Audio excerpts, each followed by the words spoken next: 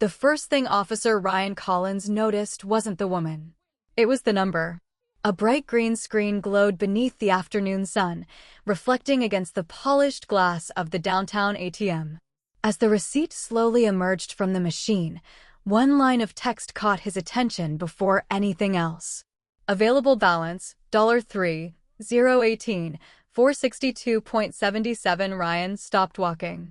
For a brief moment, he wondered if he had misread it. He took another step closer. No, the number was real. His eyes shifted from the receipt to the woman standing in front of the machine. She wore a simple beige trench coat over a navy sweater, dark slacks, and comfortable black flats. A worn leather handbag rested on her shoulder, its edges softened by years of use. There were no expensive watches, no designer jewelry, no luxury handbag announcing wealth. She looked like someone who had just finished a long day at work. Nothing about her appearance suggested she controlled more than $3 million. Ryan had spent 15 years wearing the badge. During that time, he had investigated stolen identities, financial scams, wire fraud, and organized crime. More than once, criminals had used ordinary-looking people to move illegal money through legitimate bank accounts. Experience had taught him one lesson. Things were rarely what they appeared to be. He adjusted the radio clipped to his shoulder and walked toward the ATM. The woman calmly folded the receipt and slipped it into her handbag. "Ma'am," Ryan called.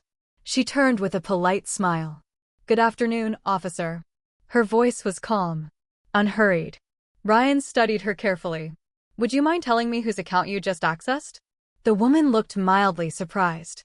"My account." Ryan's expression remained unchanged. "May I see some identification?" Without hesitation, she reached into her purse and handed him her driver's license. Angela Brooks. The name meant nothing to him. He examined the license before returning it. "That's a substantial amount of money." Angela nodded once. "It is. Would you explain where it came from?" She met his eyes without defensiveness. "I'm afraid I don't have any legal obligation to discuss my personal finances." Ryan folded his arms. "Not unless there's probable cause," she answered gently. "Exactly." Several pedestrians slowed as they passed. A delivery driver paused beside his truck. Two teenagers sitting outside a nearby coffee shop began watching the conversation unfold. Ryan noticed none of them. His attention remained fixed on Angela. "You understand," he said, "that unusual financial activity often requires verification." Angela kept her voice respectful. "I understand your responsibility. But withdrawing money from my own account isn't a crime." Ryan's jaw tightened. The words sounded reasonable. Perhaps too reasonable. Criminals often stayed calm. They rehearsed explanations. They knew their rights. His instincts whispered that something about this situation didn't fit. A woman dressed so modestly. A balance exceeding $3 million. No security.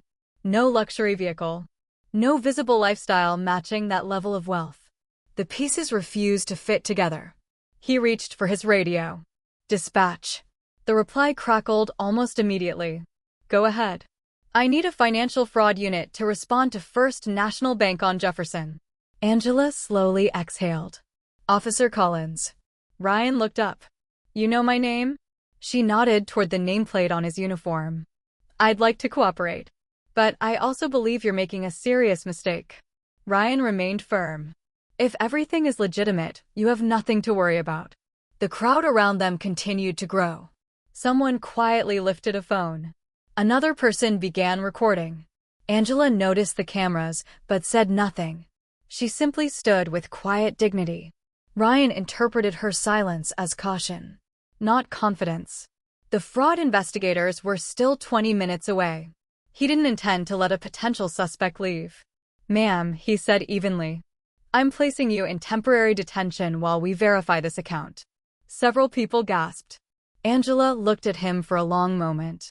There was no anger in her face, only disappointment. "You truly believe that's necessary?" Ryan answered without hesitation. "I do." She slowly extended her hands. "If that's your decision, I won't resist." The metallic click of the handcuffs echoed across the sidewalk. Phones immediately rose higher. Whispers spread through the growing crowd. Ryan believed he had just prevented a sophisticated financial crime. What he didn't know was that the woman standing quietly before him wasn't a fraud suspect. Within the next hour, the entire police department would discover they had handcuffed the most powerful prosecutor in the county. And nothing about Officer Ryan Collins's career would ever be the same. Angela Brooks had learned long ago that appearances could become invisible prisons. People rarely expected extraordinary things from someone who looked ordinary. She had discovered that truth as a little girl growing up in a modest neighborhood on the east side of Baltimore, where her father worked as a sanitation worker and her mother spent nearly 30 years teaching history in a public elementary school. Neither of them ever earned much money. But every evening, they filled their small home with conversations about honesty, responsibility, and justice. Angela's father often came home wearing work boots stained with mud and grease. Before sitting down for dinner, he would remove his orange safety vest, wash his hands carefully, and tell his daughter stories about the people he met throughout the day. Never judge a person by what they wear, he would remind her. I've picked up trash outside mansions where people never smiled. And I've met homeless men who shared their last sandwich with someone even hungrier. Her mother added another lesson. The law should never belong only to the powerful. It exists to protect everyone. Those words stayed with Angela long after childhood faded into memory. She became the first person in her family to attend college. Working nights in the university library and weekends at a neighborhood cafe, she graduated with honors before earning a scholarship to one of the country's most respected law schools. Many classmates arrived wearing expensive suits and driving luxury cars. Angela arrived carrying a second-hand briefcase her father had found at a thrift store. She never tried to compete with appearances. She competed with preparation. By the time she was 35, she had built a reputation few prosecutors could match. She refused cases built on weak evidence. She dismissed charges when police investigations failed to meet constitutional standards. She prosecuted violent criminals without hesitation, but defended the rights of innocent citizens with equal determination. Some officers admired her. Others quietly complained that she made their jobs more difficult. Angela accepted both opinions without resentment. Justice, she believed, was never supposed to be convenient. 3 years earlier, voters elected her district attorney by the largest margin in county history. Reporters often described her as one of the most influential legal figures in the state. Yet almost nothing about her personal life reflected that status. She still lived in the same modest brick home she had purchased before becoming district attorney. She drove a 6-year-old sedan. She carried the same weathered leather handbag nearly every day. Luxury had never interested her. Freedom had. The money inside her bank account surprised many people whenever they eventually learned about it. But the balance had nothing to do with corruption or hidden wealth. After years of careful investing, inheritance from her late parents, and the recent sale of commercial property she had legally owned with her family for decades, her financial advisor consolidated the proceeds into a single account while preparing several charitable foundations and educational trust distributions. That afternoon, Angela had visited First National Bank for one simple reason. She planned to authorize a substantial donation establishing scholarships for students pursuing careers in public service. Teachers, firefighters, public defenders, police officers, young people whose families could never afford expensive universities. She smiled quietly while thinking about the ceremony scheduled for the following week. Her parents would have been proud. Outside the bank, however, everything changed because of one glance at an ATM receipt. One assumption. One decision. Standing calmly in handcuffs beneath the afternoon sun, Angela watched strangers record her with their phones. She noticed the uncertainty on their faces. Some believed she must be guilty. Others simply enjoyed witnessing public drama. She didn't blame them. People could only judge what they thought they were seeing.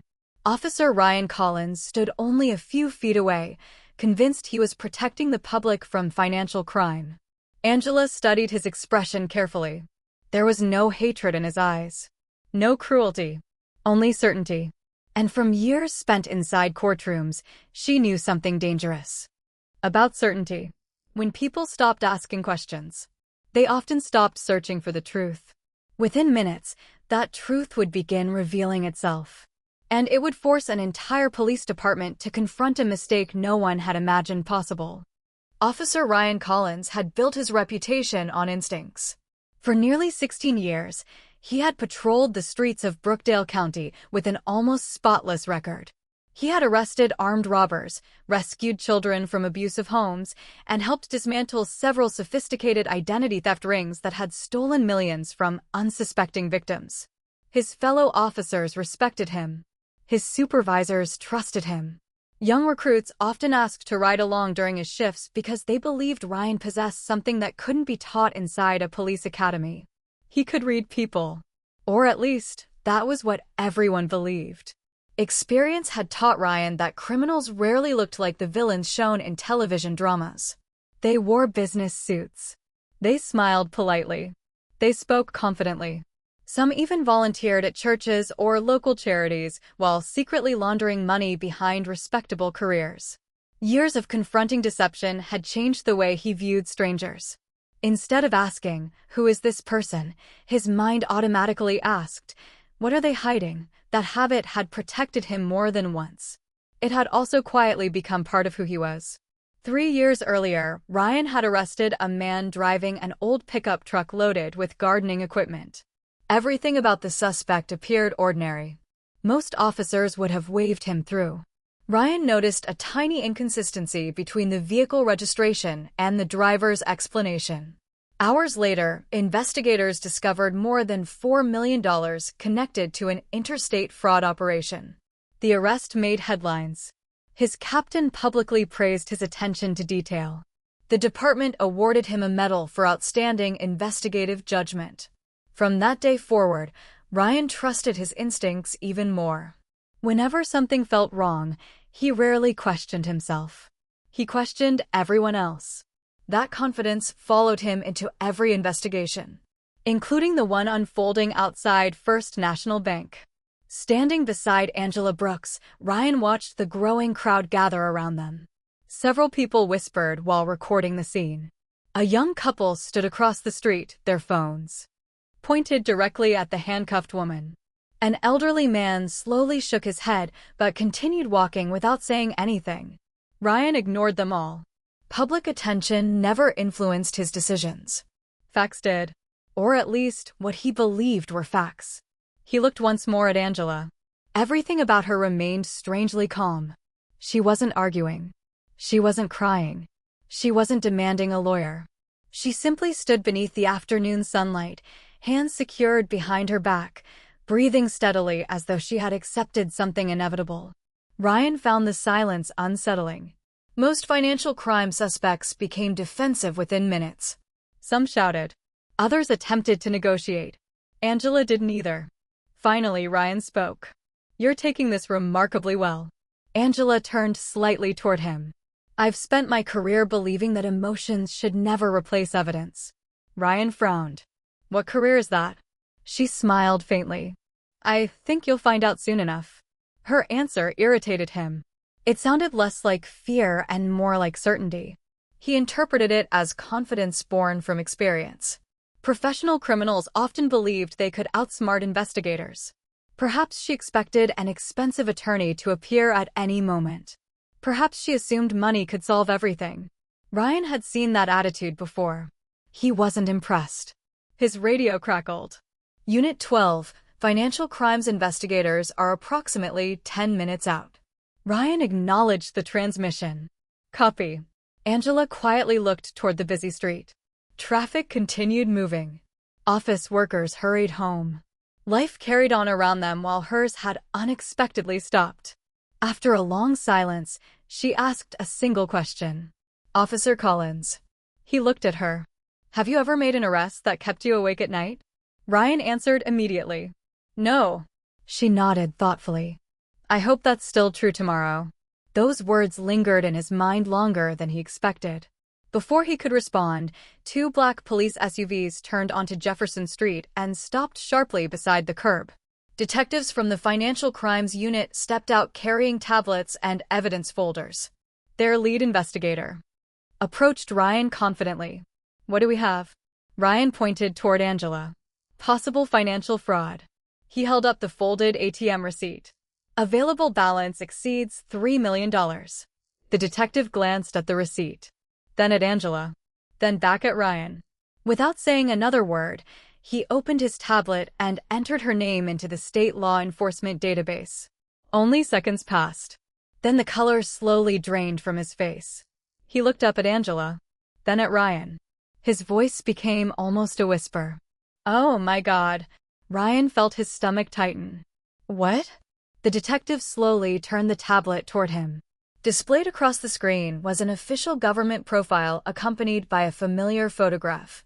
Angela Brooks, District Attorney, Brookdale County, and beneath her title appeared one word that instantly shattered every assumption Ryan Collins had made that afternoon. Verified. For several long seconds, Officer Ryan Collins couldn't breathe. The tablet remained frozen in his hands, its bright screen displaying the official government profile that had just dismantled every conclusion he had reached over the past 30 minutes. Angela Brooks, District Attorney, Brookdale County, verified. Ryan stared at the photograph. It was the same woman standing quietly in handcuffs only a few feet away. The lead investigator looked from the screen to Angela before speaking carefully. Ma'am. His voice carried an unmistakable tone of respect. I'm very sorry. Angela offered a small nod. You don't need to apologize. She glanced briefly toward Ryan. You weren't the one who decided I belonged in handcuffs. The words weren't spoken with anger. That somehow made them heavier. Ryan felt every eye around him shift in his direction. The crowd had grown even larger. More people were recording. Some had already begun whispering after noticing the sudden change in the detective's expressions. What happened? Who is she? Why are they all standing there? Across the street, someone recognized Angela from a local television interview during a high-profile murder trial months earlier. The young man lowered his phone in disbelief. Wait, I know her. His voice quickly spread through the gathering crowd. That's the district attorney. The reaction was immediate. Several people looked back toward Angela. Others turned their cameras toward Ryan. Within seconds, the atmosphere changed.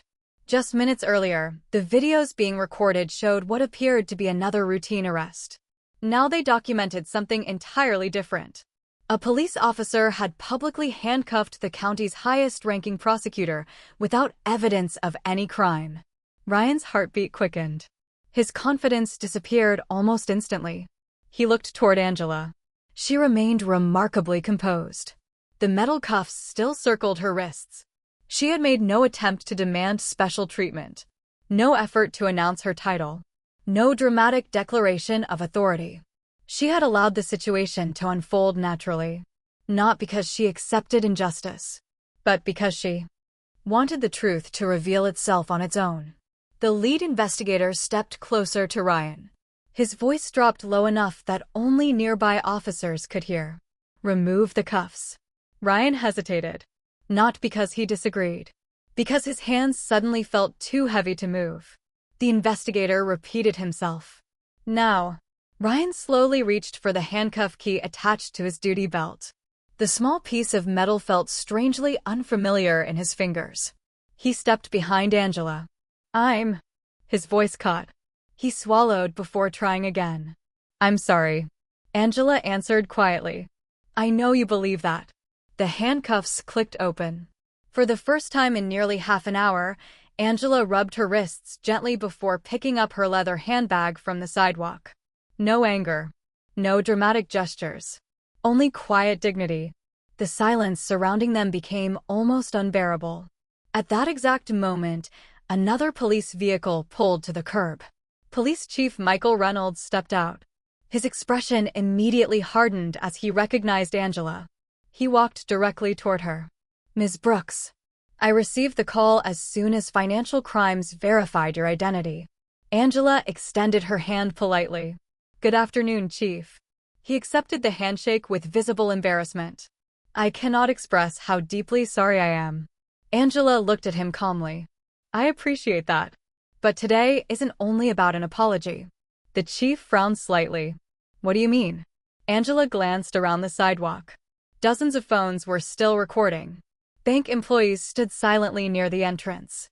Children watched from across the street. This happened in public. She looked back at the chief. So the lesson should remain public too. Ryan lowered his eyes. For the first time in 16 years, he understood something no police academy had ever taught him. A lawful arrest could still become an unjust one if it began with an assumption instead of evidence. The chief turned toward him. Officer Collins. Ryan stood at attention. Yes, sir. You and I. He paused briefly. Are going to headquarters.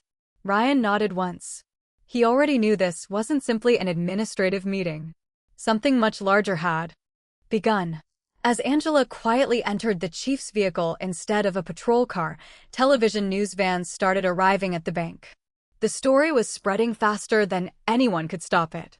And before the afternoon was over, Officer Ryan Collins would find himself sitting across from the very woman whose office possessed the legal authority to determine the future of his career. The ride to Brookdale Police Headquarters felt longer than it actually was. Angela Brooks sat quietly in the back seat of the police chief's unmarked sedan, watching the city pass through the tinted window. The handcuffs were gone, but the faint red marks around her wrists remained, a silent reminder that dignity could be bruised even when innocence was never in question. Police Chief Michael Reynolds drove without turning on the radio. Neither of them spoke. He had spent more than 30 years in law enforcement, and during that time he had witnessed shootings, hostage negotiations, political scandals, and officers making mistakes under enormous pressure. But nothing quite compared to this. An experienced patrol officer had detained the district attorney based solely on suspicion born from appearances. The chief knew the damage extended far beyond one arrest. Trust had been shaken. When they arrived at headquarters, officers throughout the building fell silent as Angela entered beside the chief. Conversations stopped. Computer keyboards paused. Several detectives instinctively stood. Not because protocol required it. Because they understood exactly who she was. Officer Ryan Collins followed several steps behind, feeling every pair of eyes settle on him. For the first time since graduating from the police academy 16 years earlier, the uniform on his shoulders felt unbearably heavy. The chief led everyone into a private conference room. A pitcher of water sat untouched in the center of the polished table. No one reached for it. Ryan remained standing. Angela quietly took a seat near the window. The afternoon sunlight stretched across the floor between them like an invisible line neither of them knew how to cross. The silence was finally broken by the sharp vibration of the chief's office phone. His assistant answered outside. Only seconds later, she knocked hurriedly. Chief. He looked toward the doorway. What is it? You need to take this call. Who is it? She hesitated. The governor's office. The room became even quieter. The chief stepped outside and closed the door behind him. Ryan lowered his head. He had expected internal affairs. Perhaps suspension. Maybe termination. He had not expected the governor. Angela remained calm. She poured herself a small glass of water before speaking for the first time since entering headquarters. Officer Collins. Ryan looked up slowly. Yes, ma'am. I want to ask you something. He nodded. Of course. When you saw my bank balance. She paused. What was the first thought that entered your mind? Ryan didn't answer immediately. The truthful response felt almost impossible to admit aloud. Finally, he spoke. I thought. His voice barely rose above a whisper. There was no way someone like you could legally have that kind of money. Angela held his gaze. What do you mean by someone like me? Ryan immediately realized what he had said. He closed his eyes for a brief moment. I don't mean. He stopped. Then tried again. I thought your appearance didn't match the amount. Angela nodded gently. My appearance. She let the words linger. I wasn't wearing expensive clothes. No. I wasn't driving a luxury car. No. I looked ordinary. Ryan swallowed. Yes. Angela folded her hands together. And from those observations, you concluded I was probably committing a crime. The sentence wasn't accusatory. It was simply factual. Ryan felt the weight of it settle into his chest. I did. Angela looked toward the conference room window. Outside, officers continued moving through the parking lot, completely unaware that one quiet conversation inside was about to reshape their department. At that moment, the conference room door opened. Chief Reynolds returned, his expression more serious than before. He slowly sat down. The governor has already been informed. Ryan's heart sank. The chief continued. So has the mayor. He looked directly at Angela. And the media now has copies of at least 12 different cell phone videos. Angela nodded calmly. I expected that. The chief took a slow breath. There's one more thing. He looked at Ryan before continuing. The governor has requested a joint press conference tomorrow morning. Ryan felt every muscle in his body tighten. A press conference? The chief nodded. Yes. Ryan's voice trembled. 2. Announce my suspension. The chief slowly turned toward Angela. Before he could answer, she spoke. No. Ryan looked at her in confusion. The room fell completely silent as Angela placed both hands on the conference table. This isn't about ending your career. She met Ryan's eyes with quiet determination. It's about deciding what kind of justice comes next. Ryan stared at her, unable to speak. For the second time that day, the woman he had judged without knowing had completely shattered every expectation he carried into the room. The conference room remained silent long after Angela Brooks spoke. It's about deciding what kind of justice comes next. The words settled over the room with a weight that no one could ignore. Officer Ryan Collins sat motionless.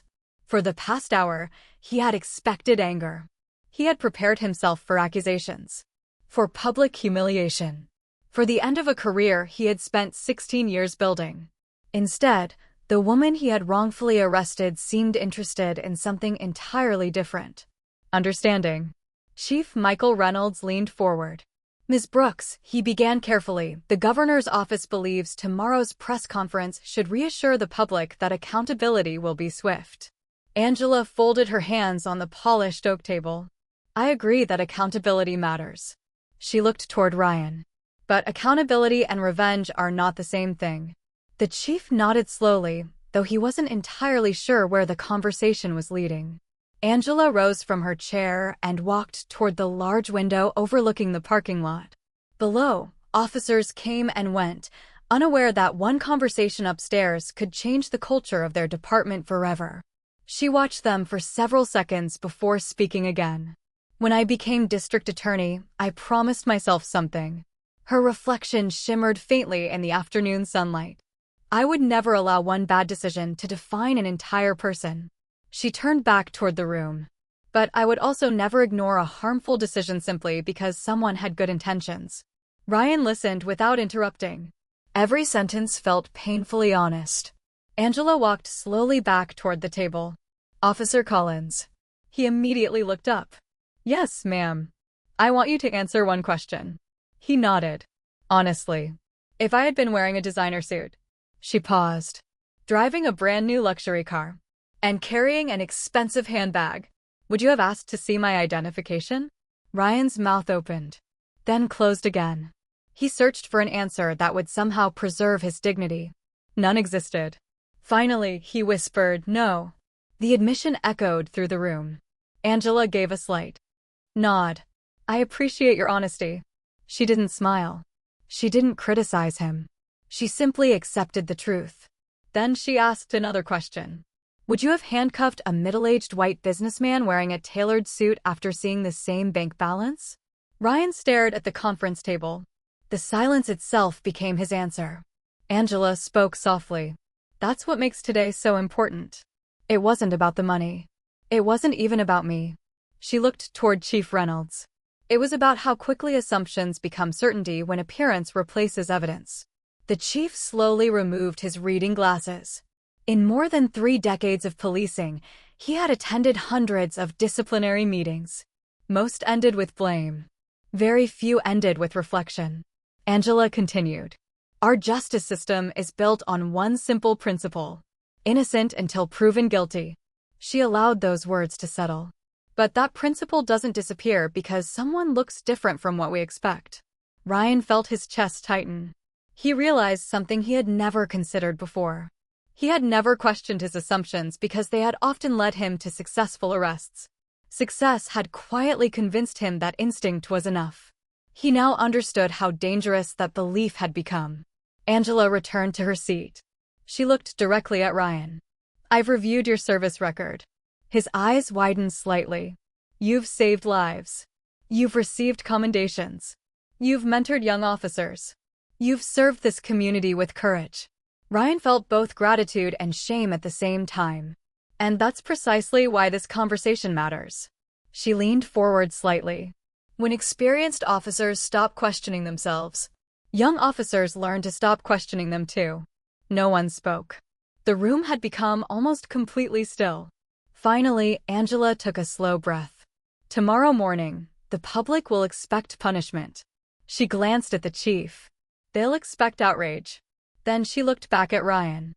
"But what our community truly needs," she paused, "is a police department willing to learn." Ryan felt tears begin to gather in his eyes. Not because he feared losing his badge, but because, for the first time, someone had forced him to confront the difference between enforcing the law and delivering justice. If this moment touched your heart, remember this. True justice begins when we judge evidence, not appearances. Respect should never depend on how someone looks, what they wear, or how much money they have. ****. The next morning, every television station in Brookdale County carried the story. News anchors replayed the cell phone videos again and again. Angela Brooks standing calmly beside an ATM, Officer Ryan Collins placing handcuffs around her wrists. The growing crowd. The moment detectives discovered her identity. The clip spread across social media faster than anyone expected. Some viewers demanded Ryan's immediate dismissal. Others insisted the incident exposed something much larger than one officer's mistake. By 9 o'clock, reporters had packed the county administration building. Camera flashes lit the entrance like bursts of lightning. Microphones crowded the podium inside the press room. Police officers lined the walls. Community leaders filled the front rows. Civil rights advocates sat beside retired judges. For once, everyone had come to hear the same question answered. What should justice look like when the law fails an innocent person? Behind the curtain, Ryan Collins adjusted the collar of his dress uniform. His hands trembled. He had testified in homicide trials. He had faced armed suspects without losing his composure. Yet standing before the public terrified him more than anything he had experienced in 16 years. Chief Reynolds placed a reassuring hand on his shoulder. "You don't need a perfect speech." Ryan looked at him. "What do I need?" "The truth." Across the hallway, Angela quietly reviewed a few handwritten notes. There was no prepared legal statement. No carefully crafted political message. Only a single sheet of paper with 3 words written across the top. Truth. Responsibility. Change. ****. An assistant opened the conference room door. "They're ready." Angela nodded. "So am I." The room fell silent as Chief Reynolds stepped to the podium first. He thanked the public for their patience before acknowledging what everyone already knew. "Yesterday," he began, "our department failed to meet the standard of fairness our community deserves. No excuses. No defensive explanations. Only accountability." He then invited Officer Ryan Collins to speak. Ryan slowly approached the microphones. Hundreds of eyes followed him. Millions more watched. Through television screens. He took a long breath. "My name is Officer Ryan Collins. I've worn this badge for 16 years. I've always believed I treated every citizen equally." His voice shook. "Yesterday, I learned believing something doesn't automatically make it true." The room remained completely still. Ryan looked directly into the cameras. "I judged a person before I gathered enough evidence.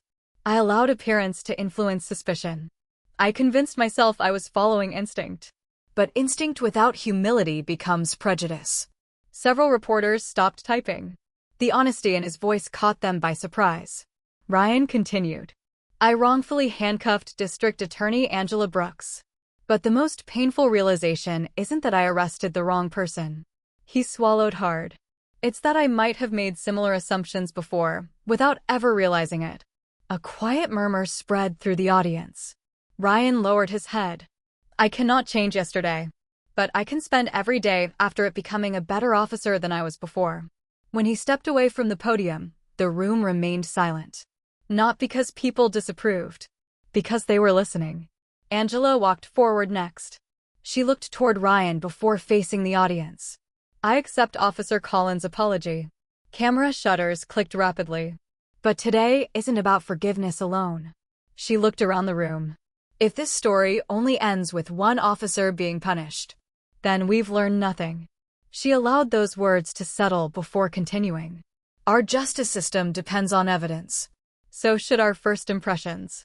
She described how quickly ordinary people become invisible when others decide who they are based on clothing, skin color, neighborhoods, age, or profession.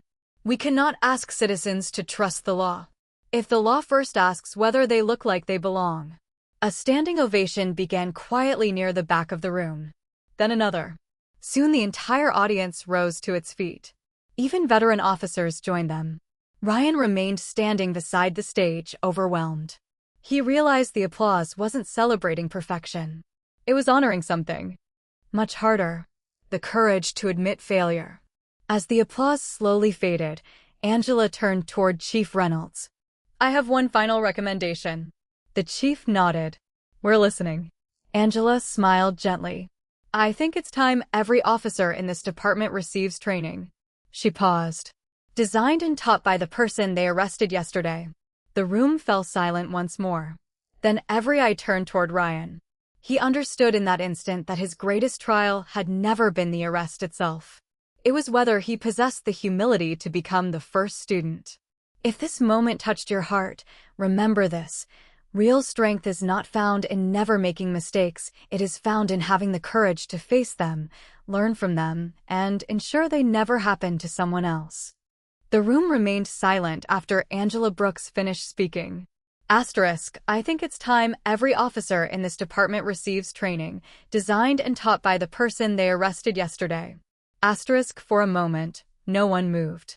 The reporters stared at one another, wondering if they had heard correctly. Officer Ryan Collins looked genuinely stunned. He had expected discipline, suspension, perhaps even the permanent end of his badge. He had never imagined that the woman he had publicly humiliated would ask him to sit in the front row of her classroom. Chief Reynolds slowly stepped toward the microphone. Ms. Brooks. His voice carried both surprise and admiration. You're recommending education instead of punishment. Angela nodded. I am. A reporter immediately raised her hand. District Attorney Brooks, many people watching today believe Officer Collins should be fired. Why shouldn't he be? The room waited. Angela answered without hesitation. Because firing one officer may satisfy public anger. She paused. But changing an entire department protects future citizens. Several reporters exchanged quick glances. That wasn't the answer they had expected. Angela continued. If an officer intentionally abuses power, the law must respond accordingly. She looked briefly toward Ryan. But when someone acknowledges a failure, accepts responsibility, and is willing to change, our responsibility is to make sure that change happens. Ryan lowered his eyes. He felt a lump rise in his throat. The woman standing at the podium possessed every legal and moral reason to destroy his career. Instead, she was protecting the community by teaching the very officer who had failed her. A young journalist stood. Ms. Brooks, were you angry yesterday? Angela smiled softly. Very. A ripple of quiet laughter moved through the room. She continued. I was embarrassed. I was disappointed. And yes, for a brief moment, I wanted someone to suffer the way I had. The room became still again. Then I remembered something my father used to tell me. She looked toward the ceiling for a moment, as though hearing his voice once more. Pain explains our emotions. It should never be allowed to write our character. Angela's eyes returned to the audience. If I use my authority to seek revenge, then I become part of the same problem. The applause began quietly. Not loud, not overwhelming, just sincere. Chief Reynolds stepped back to the podium. Effective immediately, He announced, Brookdale Police Department will establish mandatory annual training on implicit bias, constitutional policing, and procedural fairness. He turned toward Angela. And if she accepts, District Attorney Brooks will help design the program. Every camera in the room pivoted toward her. Angela nodded. I'd be honored. The announcement dominated headlines before the press conference even ended. By afternoon, national news organizations picked up the story. What had begun as a humiliating arrest was now being discussed across the country as an example of accountability guided by wisdom rather than revenge. Over the following weeks, Officer Ryan Collins attended every training session. Not because he was ordered to, because he wanted to understand. During the first workshop, Angela stood before nearly 200 officers. No courtroom. No prosecutor's table. Just a simple classroom. She held up a photograph. It showed only a pair of worn work boots. Who do these belong to? She asked. Officers offered guesses. A construction worker. A mechanic. A laborer. Angela smiled. These were my father's. She placed the photograph down gently. The man who taught me that every human being deserves dignity before judgment. Ryan sat in the front row, writing every word into a notebook. Not because he feared another mistake. Because he finally understood that professionalism wasn't measured by how often an officer was right. It was measured by how willing they were to question themselves before deciding someone else's future. When the session ended, Ryan waited until the room emptied. He approached Angela quietly. I don't know if I'll ever deserve the grace you've shown me. Angela looked at him with the same calm expression she had carried since the day of the arrest. Grace isn't something we earn, Officer Collins. She smiled gently. It's something we choose to give. Ryan nodded, unable to speak. For the first time in many years, the badge on his chest no longer felt like a symbol of authority. It felt like a promise. A promise he intended to honor every single day. If this moment touched your heart, remember this. Forgiveness does not erase accountability. It gives accountability the chance to transform a life. The strongest people are often those who choose grace when revenge would have been easier. ****. Autumn arrived quietly in Brookdale County. The trees lining Main Street traded their deep green leaves for shades of amber and crimson. Morning sunlight reflected softly across the courthouse steps where people gathered every day seeking justice, answers, or simply hope. Life had returned to normal, at least on the surface. But beneath that ordinary rhythm, something had changed.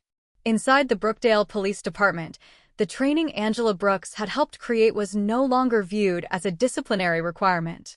It had become part of the department's identity. Every new recruit attended the program before receiving a patrol assignment. Veteran officers participated alongside rookies. No one was exempt. On the classroom wall hung a simple sentence in large black letters. Evidence before assumption.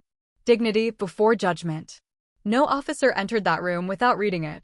Officer Ryan Collins often arrived early. He no longer sat in the front because he was required to. He sat there because he wanted to learn. During discussions, he openly described the day he had arrested Angela Brooks. He never minimized his mistake. He never blamed pressure, stress, or misunderstanding. Instead, he told young officers exactly what he had learned. The most dangerous words an officer can think are, **I already know. The moment you stop asking questions. You stop serving justice. The recruits listened carefully. Not because Ryan had once been decorated, but because he had been humbled. His honesty carried more authority than any medal ever could. Months later, another patrol officer stopped an elderly man walking near a shopping center after a store employee mistakenly suspected him of theft. The young officer remembered Ryan's story. Instead of acting immediately, she calmly verified the facts. The employee had confused the man with someone else. The misunderstanding ended with an apology instead of handcuffs. When she returned to the station, Ryan simply smiled. That's why we keep learning. Across town, Angela continued serving as district attorney. Her schedule remained demanding. Court hearings, community meetings, late nights reviewing evidence. But one afternoon, she found herself standing once again inside the same First National Bank where everything had begun. The branch manager recognized her immediately. "So good to see you again, Ms. Brooks." She smiled warmly. "This time, I hope my visit is less memorable." They both laughed. A few minutes later, Angela approached the very same ATM. For a brief moment, she rested her hand against the machine. Not because she feared it, but because she remembered. The humiliation, the uncertainty, the crowd, the cold steel around her wrists. Those memories would never completely disappear. Neither would the lesson they had created. As she stepped outside, she noticed Officer Ryan Collins walking across the parking lot. He was there responding to an unrelated traffic accident nearby. Their eyes met. For a second, neither spoke. Then Ryan walked over. "Good afternoon, Ms. Brooks." "Good afternoon, Officer Collins." He smiled. "No handcuffs today." Angela laughed softly. "I certainly appreciate that." They stood together for a moment, watching traffic move peacefully through the intersection. Finally, Ryan spoke. "I've thanked you before, but I don't think I'll ever thank you enough." Angela looked toward the afternoon sky. "My father used to say something." Ryan waited. "Respect isn't a reward for successful people." She smiled. "It's the starting point for every human being." Ryan nodded slowly. "I'll never forget that." Neither of them noticed the teenage girl standing nearby until she approached. She held a notebook against her chest. "Excuse me." Angela turned. "Yes, I want to become a lawyer someday."